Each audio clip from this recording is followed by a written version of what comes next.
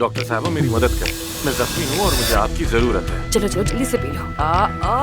अच्छा अपना वजन मत करो, तुम बहुत भारी हो। देव कहीं के।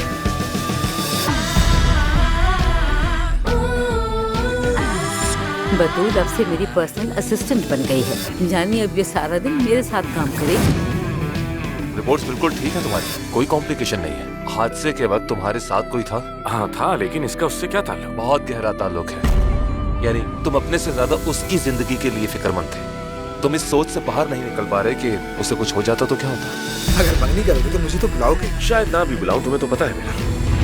आपके बॉस यही है बेटी? जी हाँ। ठीक है। तो सोचकर दिल दहल जाता है कि उनको पता ना चल जाए। अगर पता चल गया तो उनकी दुनिया बिखर जाए। अगर अब तक पता नहीं चला तो शायद अब उन्हें पता ही ना चले। हाँ डॉक्टर फरीद अरमान यानी एफसन के वालिद यहाँ पर मौजूद हैं और आपसे मिलना चाहते हैं। क्या? जी हाँ।